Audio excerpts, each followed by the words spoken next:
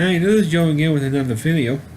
For the sake of this review, I'm going to be discussing a real classic horror film. I know we're about 6 months away now from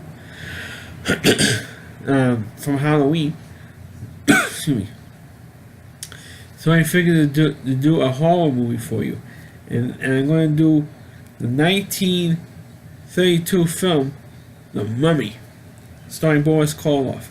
Of course, this movie is one of the classics horror films because Universal does own the patent on these classic horror movie monsters, because they're the ones who really set the trend for horror back in the even before you had the sound films, Hunchback of Notre Dame and Dr. Jekyll and Mr. Hyde, the two classic silent films of horror. And then when sound came along, they ruled the sound.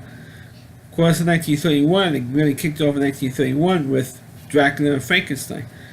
Now, you have the Mummy, starring Boris Karloff, just off of doing Frankenstein, the first Frankenstein movie, when he played the monster. This time, he played another monster. This time, an old mummy called Imhotep.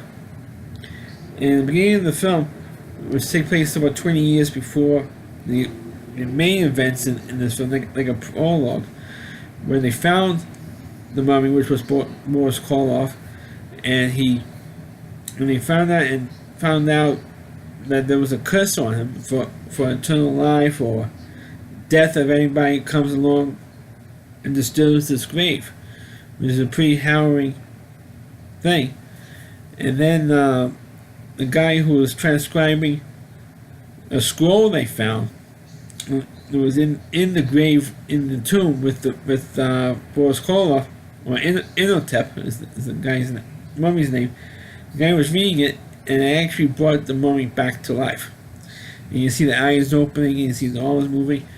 And then, of course, he takes the scroll back, and the guy who noticed it turns around, noticed that he took the scroll and it was alive.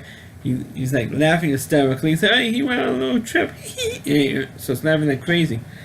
And then, of course, 20 years later, Boris Karloff, who without the bandages, we just see, like wrinkles all over his face. His face was like pushed in like that. And he found out that he was trying to find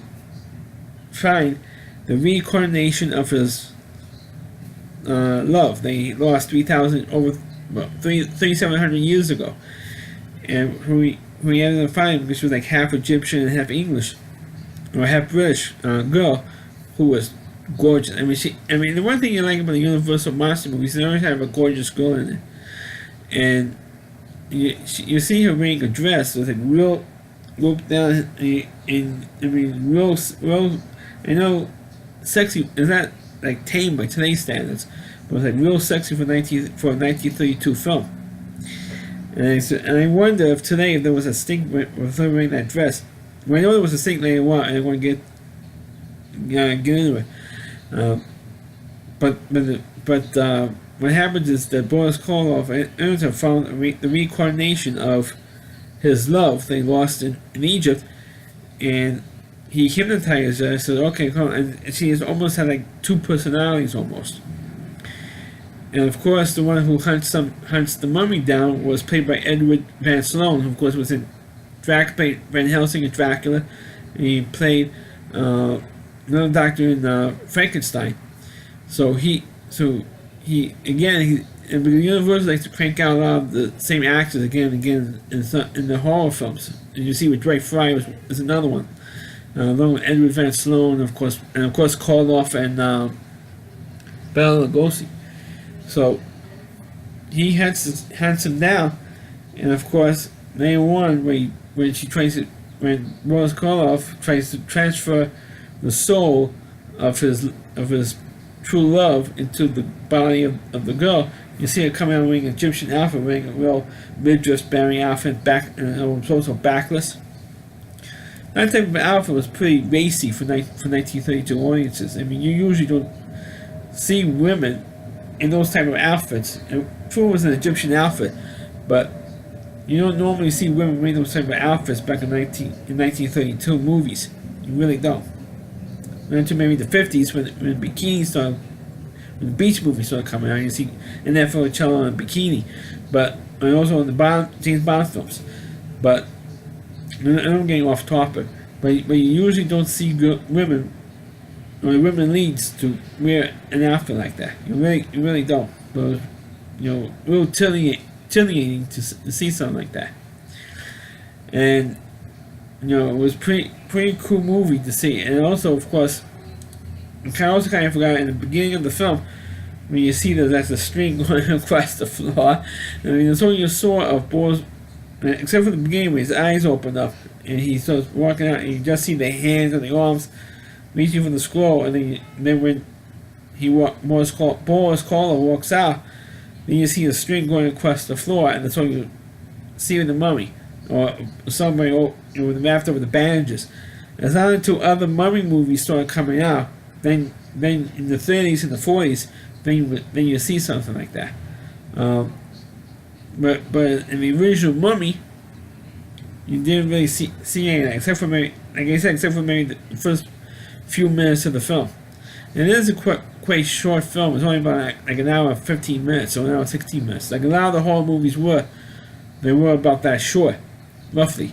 So it's pretty easy, on one thing or one day or 2 days to watch all those films, back to back like that, because they were so short. But Boris Karloff gave a real terrific performance, and this was really the first real. I'm sure he had speaking roles before he did Frankenstein. I'm pretty sure. I'm not exactly sure, but I'm pretty positive of that. So this one is when you really hear Karloff's voice, what a haunting and scary voice he had. He was kind of like the James Earl Jones of his day. But James Earl Jones, of course, with the voice of Darth Vader, he had like a real deep baritone voice. Same thing with Karloff, kind of like hypnotizing voice. Kind of like Boris Karloff. It's kind of like Karloff, like Bela Lugosi without an accent almost. And the way he hypnotizes you, the way he stares at the camera, more so than what but Lugosi did in Dracula. And to be that scary, especially with the voice he had, was really scary, really intimidating almost. But he gave a great performance, and even though he was in a lot of pain during this movie because of the bandages and the makeup, and the wrinkle marks all over his face and stuff. So he had to go through a lot of makeup, maybe not as long of a process, maybe just as long, if not longer, than he was in playing the Frankenstein monster. But he gave a great performance in this film. Once again, doing another short video. So that's my review of the movie The Mummy. Please click on the video, please rate it, feel free to comment on it. Please subscribe to my channel, please forward this video onto your Facebook pages. You can check out all my reviews and on my YouTube channel at rowdyc.com, that's all WDY, and that's C.com. There's a homepage of my reviewer, Christine Moore, and please check out all of his videos on his website as well. Thanks for watching, and catch you next time.